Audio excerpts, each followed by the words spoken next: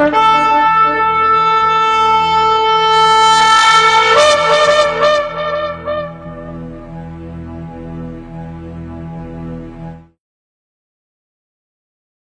atah Yahweh Eloheinu melech haolam, asher bahar banu mikolamim, benatan lanu et torato, Baruch atah Yahweh noten a Torah, beshen Yeshua HaMashiach. Bendito eres tú, Yahweh, nuestro Elohim, Rey del universo, que nos apartas entre todos los pueblos para darnos Torah, para darnos instrucción. Bendito seas, Yahweh, dador de la Torah, en el nombre de Yeshua, el Mesías. Amén. Vamos a abrir en Génesis 21. Abra su Biblia, por favor, en Génesis capítulo 21. Vamos a dar lectura y seguimos avanzando en nuestro estudio sistemático del libro de Bereshit. Dice desde el versículo 1: y visitó Yahweh a Sara, como había dicho, e hizo Yahweh con Sara como había hablado. Y Sara concibió y dio a luz un hijo a Abraham en su vejez, en el tiempo que Elohim le había dicho.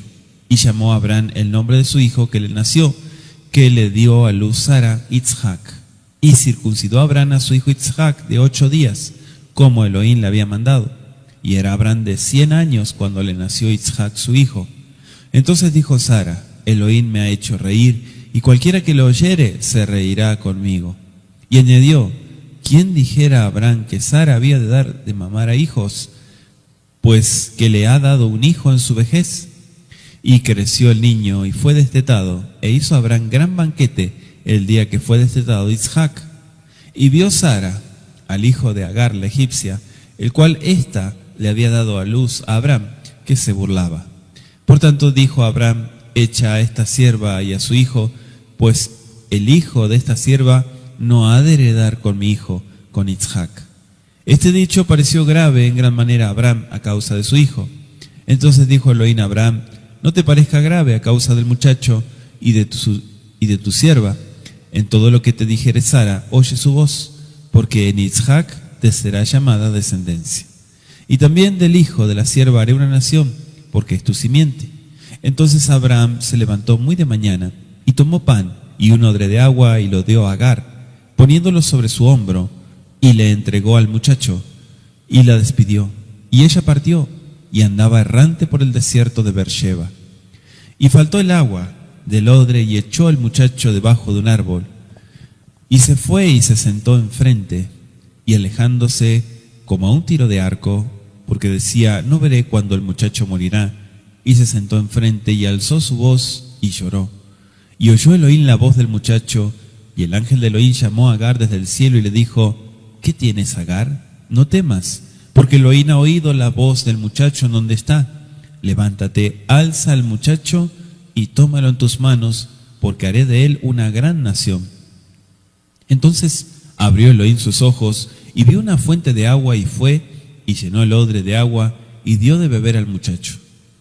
Y Elohim fue con el muchacho y creció, y habitó en el desierto, y fue tirador de arco. Y habitó en el desierto de Parán, y su madre le tomó esposa de la tierra de Egipto. Y aconteció en aquel mismo tiempo que habló Abimelech y Ficol, príncipe de su ejército, a Abraham diciendo: Elohim es contigo en todo cuanto haces. Ahora pues júrame aquí por Elohim, que no faltarás a mí, ni a mi hijo, ni a mi nieto, sino que conforme a la bondad que yo hice contigo, harás tú conmigo y con la tierra donde has peregrinado.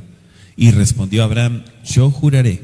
Y Abraham reconvino a Abimelech a causa de un pozo de agua que los siervos de Abimelech le habían quitado.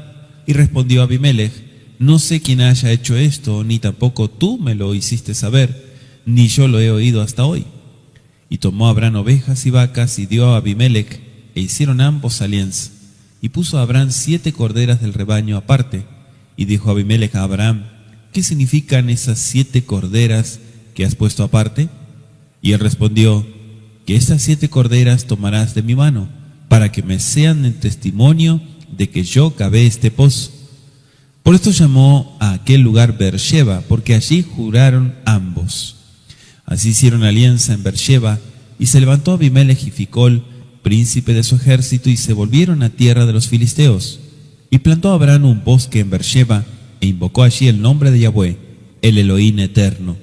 Y moró Abraham en tierra de los filisteos, muchos días.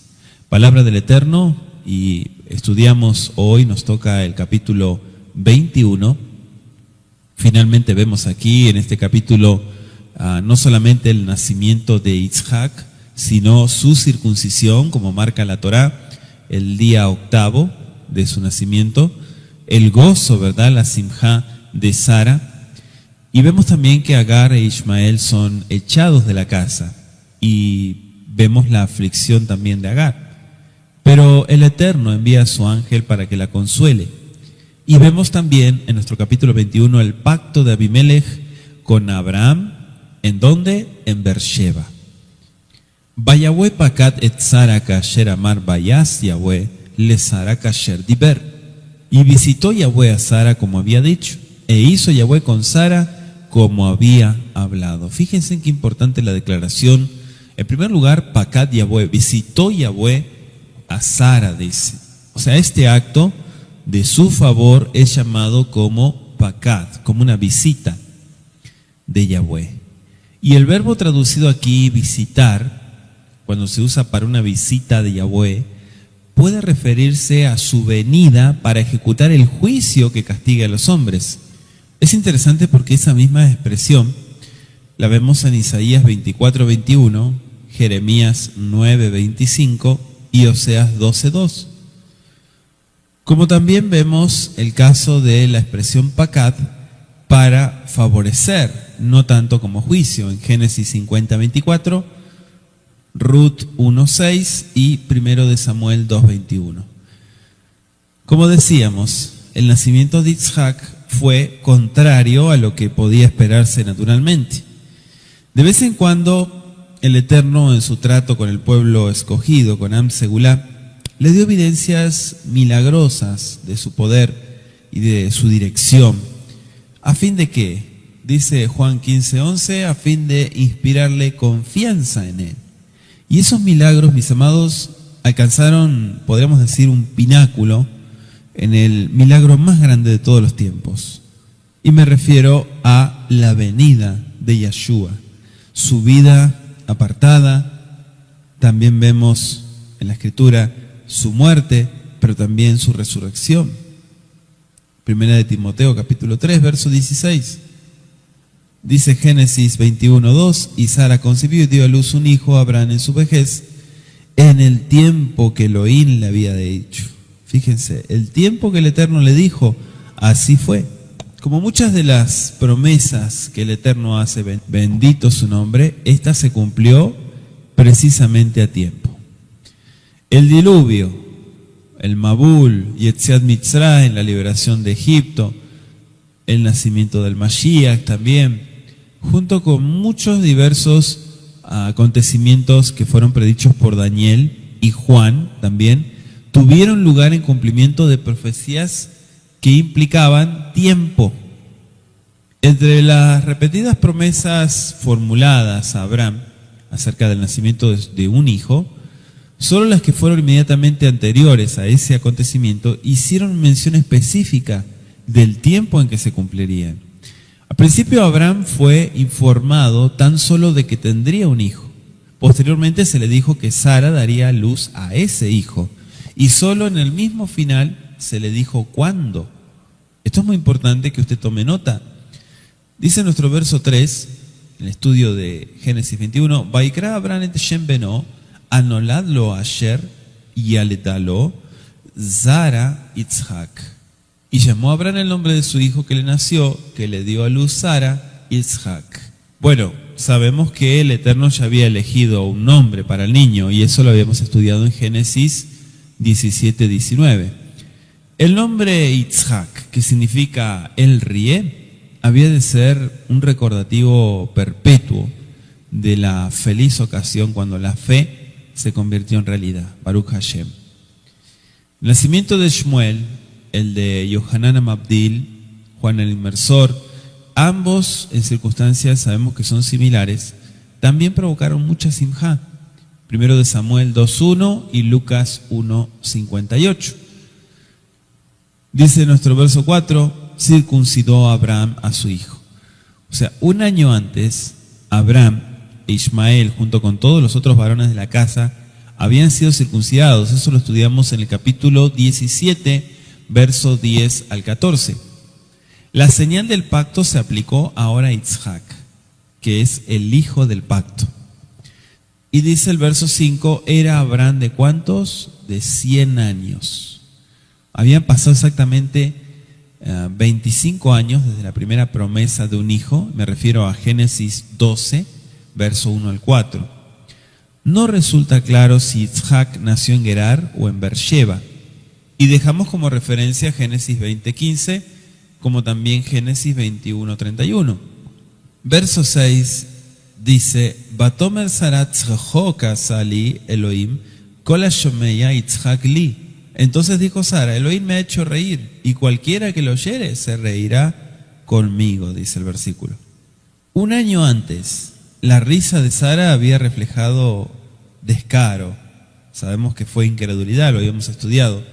Pero ahora ella reía de sinjá, de gozo.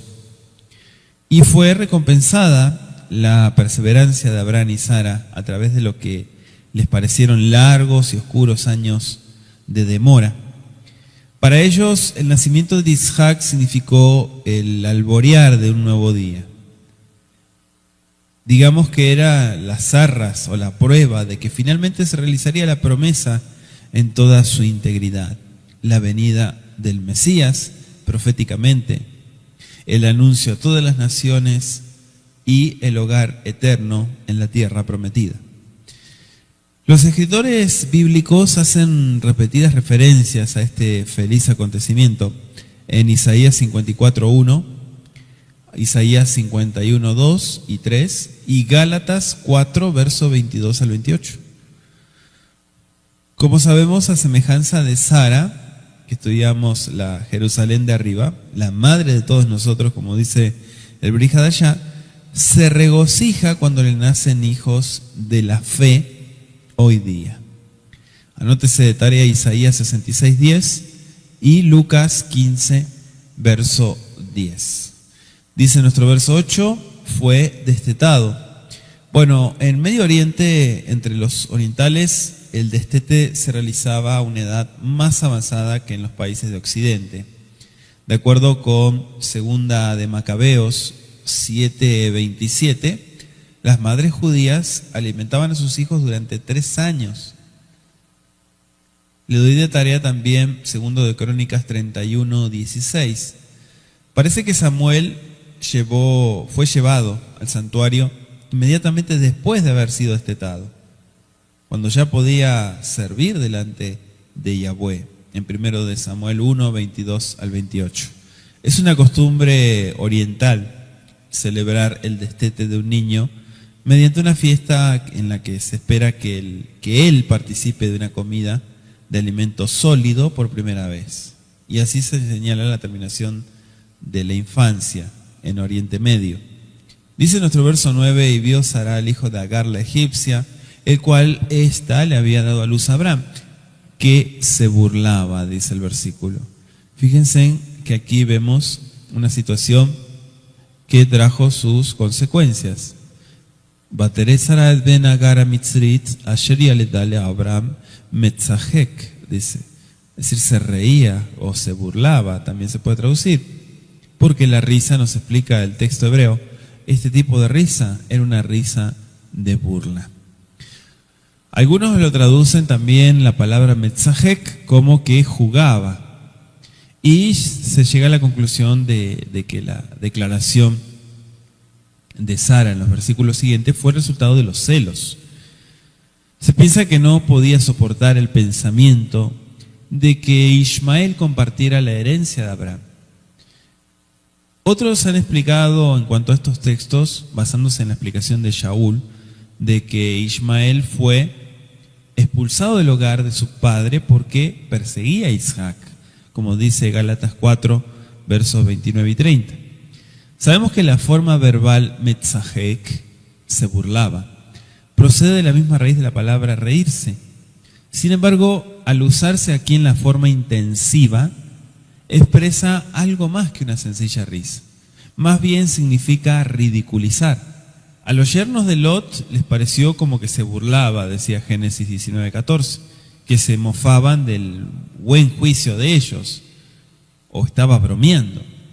Y esa misma palabra se usa en el caso de Yosef, de quien dijo la mujer de Potifar, que hacía burla de ellos, allí por Génesis 39:14 al 17. Es decir, que se mofaba de la generosidad de su esposo hacia él. También lo vemos en Éxodo 32:6, en la perversión y todo lo que fue de los hijos de Israel delante del becerro de oro. Los filisteos hicieron comparecer al ciego Sansón para divertirse a costa de él, dice Jueces 16:25. La única vez que esta palabra metzajek se usa en sentido favorable es en Génesis 26:8, donde se describe a Isaac acariciando a Ribca. En conclusión, de acuerdo con la mayoría de los casos en que se usa la forma intensiva del verbo hebreo, Ismael estaba siempre mofándose o burlándose de Isaac. Es importante también, si usted tiene la oportunidad de estudiar hebreo, conocer también los diferentes sistemas verbales en las conjugaciones. ¿Para qué? Para entender mejor el hebreo bíblico. Ismael era 14 años mayor que Isaac y por lo tanto tenía unos 17 años cuando fue destetado. Sin duda siempre se había considerado como el hijo mayor, el heredero de Abraham. Sin embargo, mis amados, el nacimiento de Isaac, la fiesta, del destete, mostraban claramente que el hijo de Sara debía reemplazarlo y como resultado se despertaron esos celos. No es de sorprender que Ismael se burlaba de Isaac por ser menor y por consiguiente estar desprovisto de los derechos y privilegios de la primogenitura. Entonces viene nuestro verso 10 y nos dice: va a tomarle a Abraham gareshama azot bet bena kilo yerash benama azot imbeni mitzhak. Por tanto dijo Abraham: echa a esta sierva y a su hijo, pues el hijo de esta sierva no ha de heredar con mi hijo, con Isaac. Dice el verso 10: echa a esta sierva. Las palabras de Sara, que reflejan celos y desprecio, son increíbles, ya que había sido ella misma quien le sugirió a Abraham que tomara a Agar como mujer. Y eso lo habíamos estudiado en Génesis 16, versos 2 y 3. Sara se refirió a Agar como una esclava y a Ismael como el hijo de una esclava. Por supuesto, Sara tenía el derecho de reclamar que se aclarara legalmente la condición de su hijo, para que no pudiera surgir ninguna duda después de la muerte de Abraham. Por eso le pidió a su esposo que echara a Agar y que desheredara a Ismael. Dice el verso 11: pareció grave en gran manera a Abraham. Para Sara, Agar e Ismael eran intrusos. Eso es lo que nos muestra el relato aquí del capítulo 21. La primera, una egipcia de baja condición, una esclava extranjera. Y el otro, el muchacho mestizo que siempre iba a causar dificultades. Era de acuerdo con la naturaleza el que Abraham no compartiera esos sentimientos.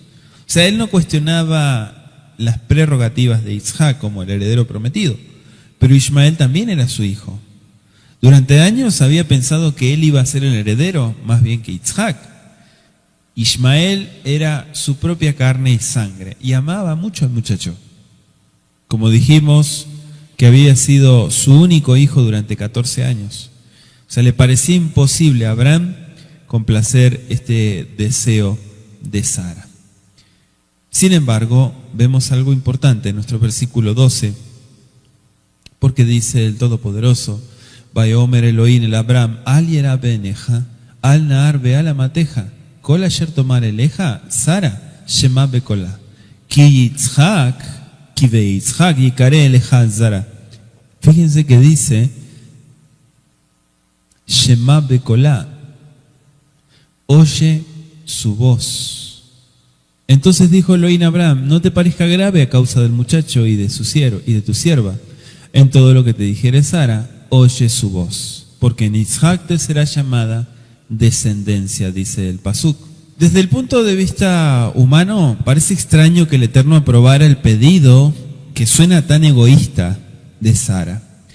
Aunque Elohim estuvo dispuesto a bendecir a Ismael, y eso lo habíamos visto en Génesis 16:10, e incluso en nuestro capítulo 21, verso 13, no censuró directamente a Abraham por causa de Agar.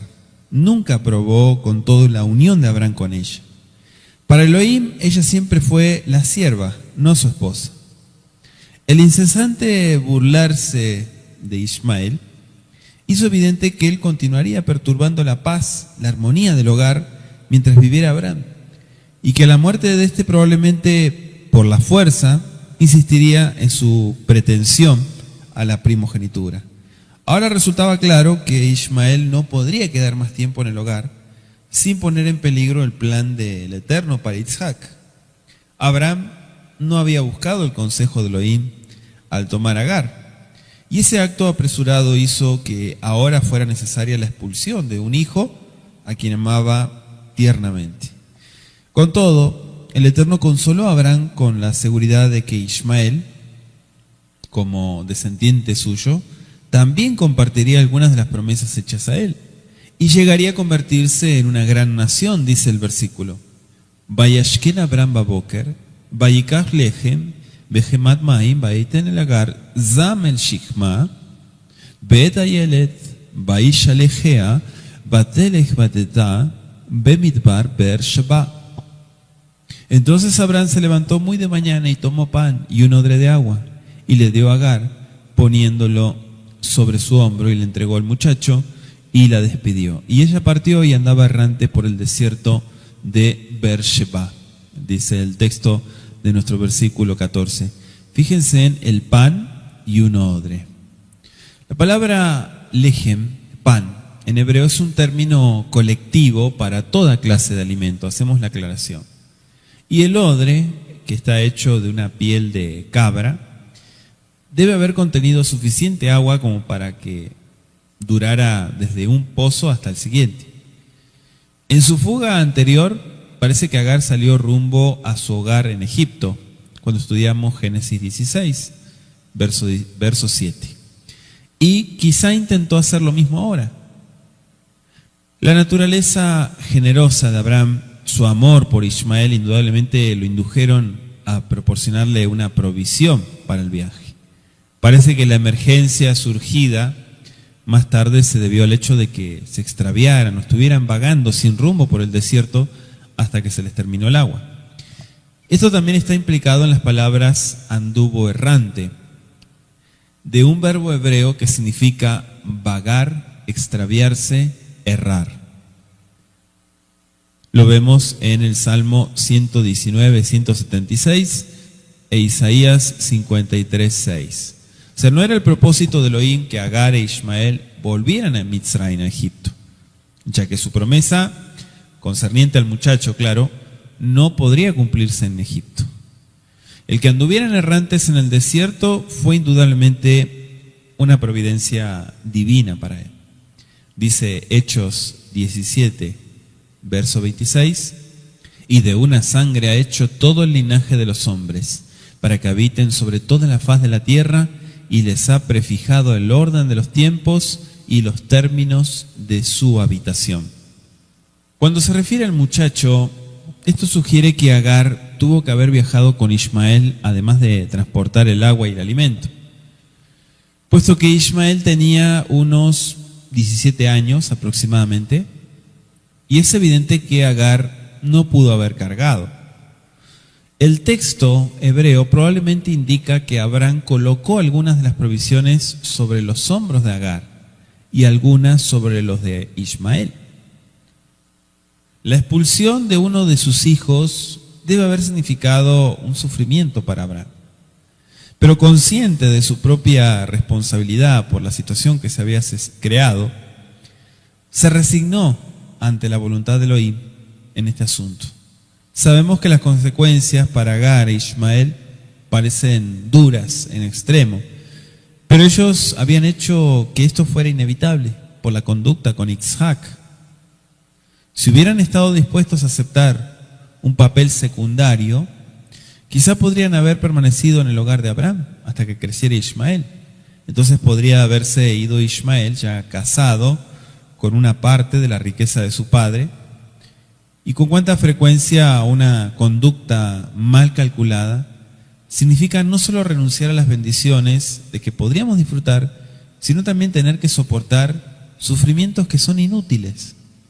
Muchas veces eso se ve en la vida de las personas que se desenvuelven mal y vienen las consecuencias luego, cuando no hay necesidad de pasar por ciertas situaciones. Vamos a ir a Jeremías 5, Jeremías capítulo 5, verso 25, que dice así: vuestras iniquidades han estorbado estas cosas, y vuestros pecados detuvieron de vosotros el bien. Fíjense, para reflexionar en esta porción que estudiamos de Bereshit, lo que dice el profeta Jeremías. Ciertamente es muy interesante, es muy importante esta afirmación. Aparece el desierto de Beersheba.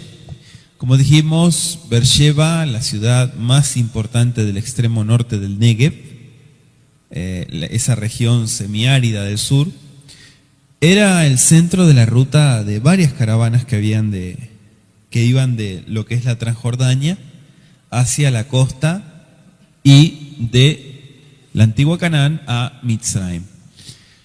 El desierto estaba al sur de la ciudad. Entonces dice el verso 15, finalmente echó al muchacho.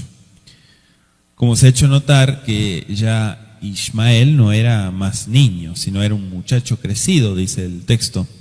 La palabra echó, aunque parece sugerir un tratamiento poco áspero, debe entenderse, según se usa en Mateo 15:30, que se aplicaba a los enfermos que eran puestos a los pies de Yeshua para ser curados. En tal caso, solo implica que eran entregados al cuidado solícito de él. Agar colocó a Ismael a la sombra del árbol, el único recurso a su alcance para aliviar el dolor, pero al traducir echó en el hebreo, la misma palabra es la que emplea Mateo. Aunque desesperaba por la vida de su hijo, la madre procuró que por lo menos expirara en la sombra. Era todo lo que podía hacer por él.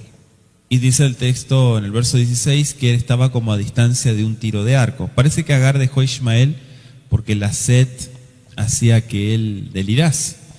Si ella hubiera estado cerca, eso tan solo hubiera aumentado el sufrimiento como madre, sin aliviar el dolor de su hijo. Sin embargo, dice el texto en el versículo 17 de nuestro estudio: Vaishma Elohim et kol hanahar, Vaikra malach Elohim el Agar, Mina Shamaim Vayomer, Lo malach Agar, Al tikri, Ki shama Elohim el kol hanahar, Vaasher usham. Y oyó Elohim la voz del muchacho, y el ángel de Elohim llamó a Agar desde el cielo y le dijo: ¿qué tienes, Agar? No temas, porque Elohim ha oído la voz del muchacho en donde está.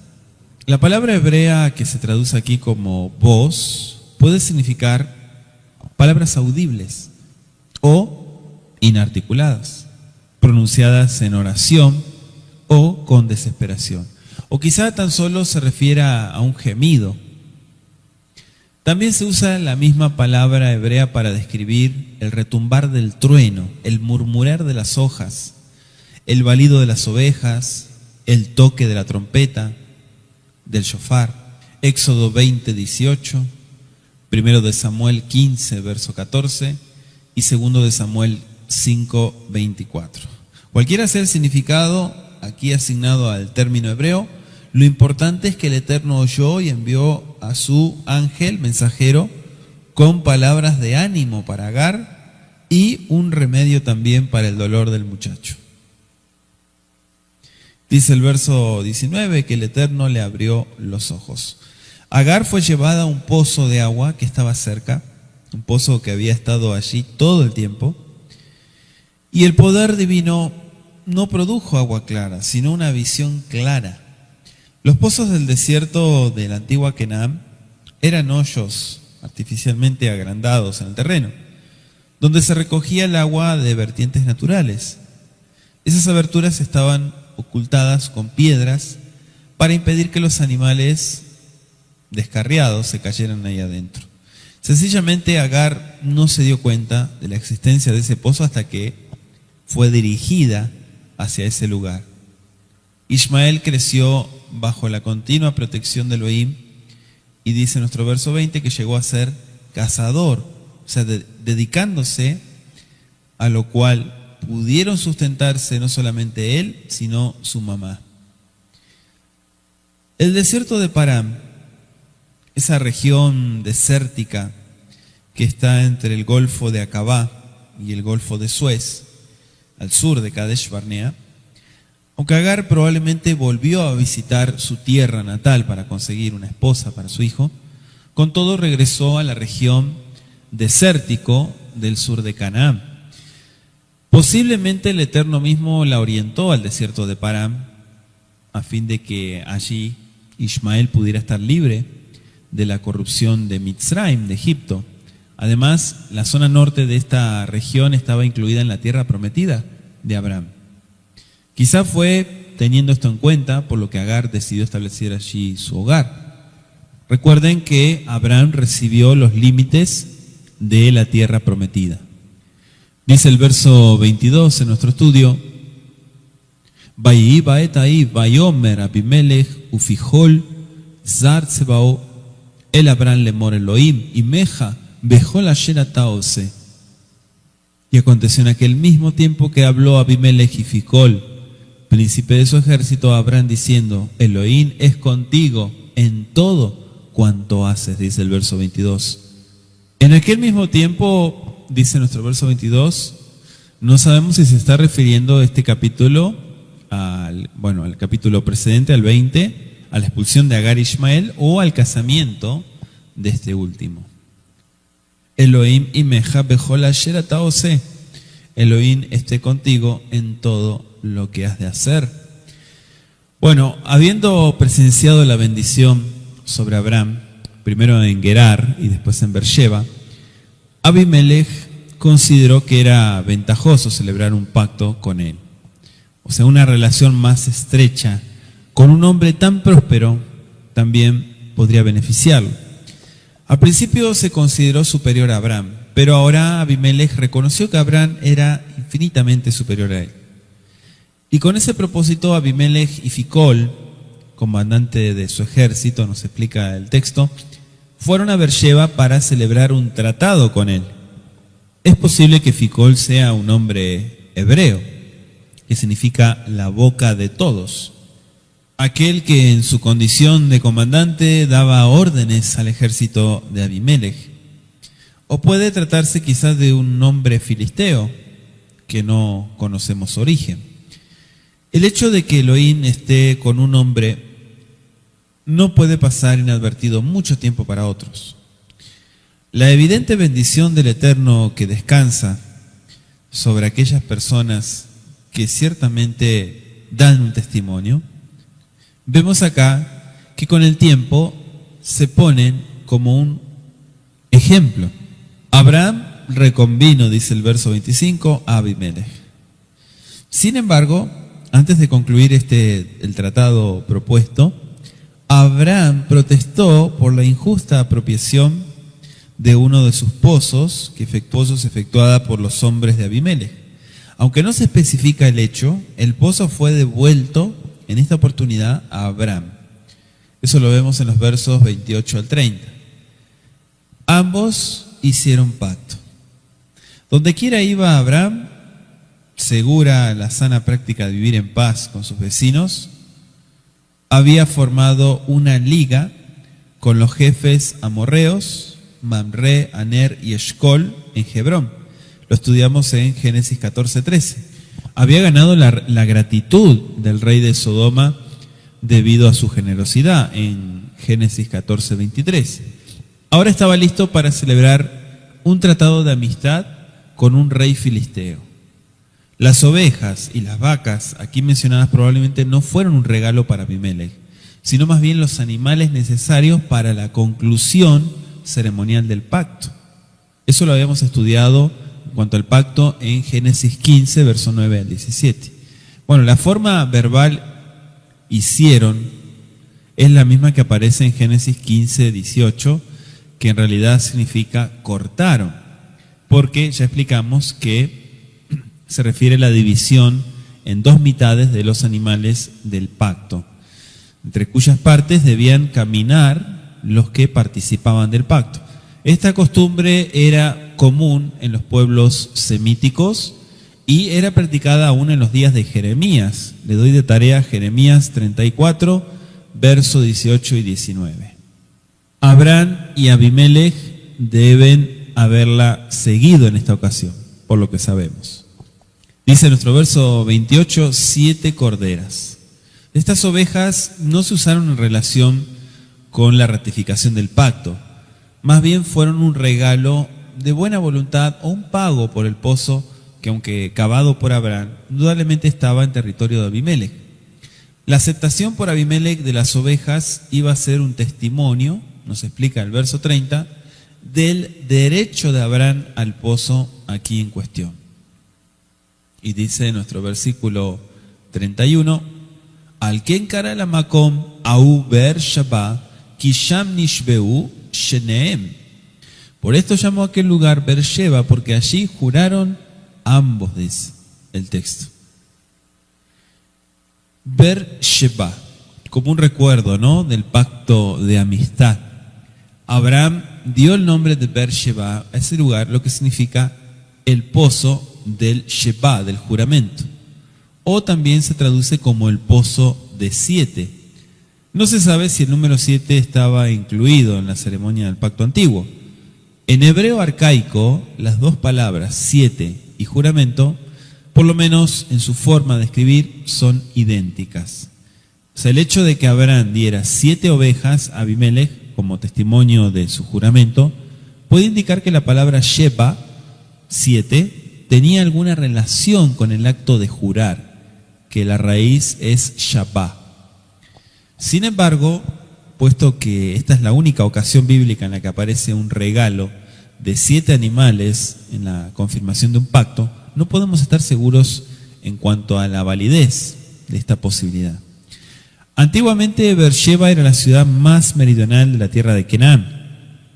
La expresión desde Dan hasta Beersheba, como dice Jueces 21 y 2 de Samuel 24:2, o desde Beersheba hasta Dan, en 1 de Crónicas 21:2, se refiere a todo el país. O sea, Beersheba ha estado habitada sin interrupción desde los días de Abraham y ha retenido su antiguo nombre hasta el día de hoy. Eso es interesante. Pertenece al Estado de Israel y ha crecido grandemente en unas pocas décadas. Dice el versículo 32, así hicieron alianza en Beersheba y se levantó Abimelech y Ficol, príncipe de su ejército, y se volvieron a la tierra de los filisteos. Volvieron a la tierra, la declaración de que Abimelech y Ficol, después de sellar este tratado con Abraham en Beersheba, implica que la zona alrededor de esta ciudad quedaba fuera de los límites reconocidos de la antigua Filistea. Al mismo tiempo, probablemente estaba bajo el dominio del príncipe de Gerar en tiempo de Abraham.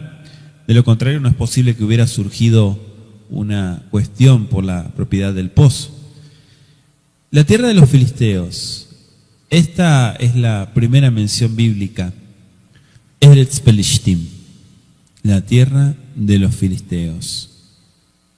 Hay una razón para dudar de la presencia de los filisteos en Canaán durante el periodo patriarcal. Ellos están mencionados en los documentos de Ugarit, la ciudad costera del norte de Siria, antes del siglo XV, antes de Mashiach. El hecho de que las fuentes egipcias mencionen a los filisteos allí por el año 1200 antes de Mashiach, por primera vez, no prueba de que no se hubieran establecido en Canaán antes de ese tiempo. Tan solo muestra que no jugaban un papel tan importante como el que les cupo más tarde en los días de Ramsés III, cuando ellos y otros pueblos del mar fueron tan numerosos como para que durante un tiempo pusieran en peligro a Egipto. Y eso lo vemos en Éxodo 13:17. Dice el verso 33 de nuestro estudio, y plantó Abraham un bosque en Beersheba e invocó allí el nombre de Yahweh el Elohim eterno. Plantó un bosque, dice. En el texto hebreo dice, Baita eshel biber shabbat, Vaikra sham beshen Yahweh el olam. O sea, lo podemos traducir como que plantó un árbol tamarisco. La palabra eshel, que es encontrada en formas similares a otras lenguas como el árabe, el egipcio, el asirio, incluso el arameo, denota una variedad de tamarisco, que es un arbusto oriundo de las regiones semiáridas como el Negev.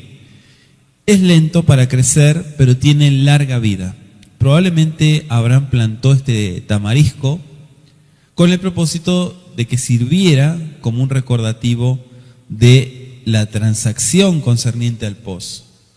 Con frecuencia hoy en día se plantan árboles conmemorativos y dice que invocó allí el nombre de Yahweh. Como en todas las demás partes, Abraham siempre celebró un servicio público. Lo habíamos visto en Génesis 12, 7 y 8, Génesis 13, 4 y 18. El objetivo de este servicio era al Elohim eterno, sabemos. El Olam también se traduce como el Elohim de la eternidad. En contraste con las deidades paganas, que no son sino hechuras de los que la adoran, como dijo Oseas en el capítulo 8:6. Abraham adoraba al eterno testigo de todos los tratados, a la eterna fuente de todas las bendiciones que siguieron durante toda su vida. Moró Abraham en tierra de los filisteos, termina nuestro capítulo 21. Esto parece contradecir lo que se deduce del verso 32, que Beersheba no pertenecía a la tierra de Filistea. Indudablemente esto admite dos conclusiones. Punto número 1, que Filistea no tenía límites fijos en su zona desértica y Beersheba puede haber sido pretendida por Abimelech. O 2, que Beersheba estaba situada en el límite de Filistea y Abraham con frecuencia debe haber hecho pastar sus rebaños a través del límite. Hasta aquí, mis amados, con nuestro estudio sistemático de Génesis. Padre bendito, te agradecemos por el estudio de este capítulo 21 de Bereshit. Te pedimos, Boreolam, que sigas instruyéndonos, dándonos dirección, enseñanza. Gracias, Padre bendito, por los ejemplos que encontramos también en tu palabra y tu consejo. Beshen Yeshua, Amashiach, Todá Rabá Leja. Amén y amén.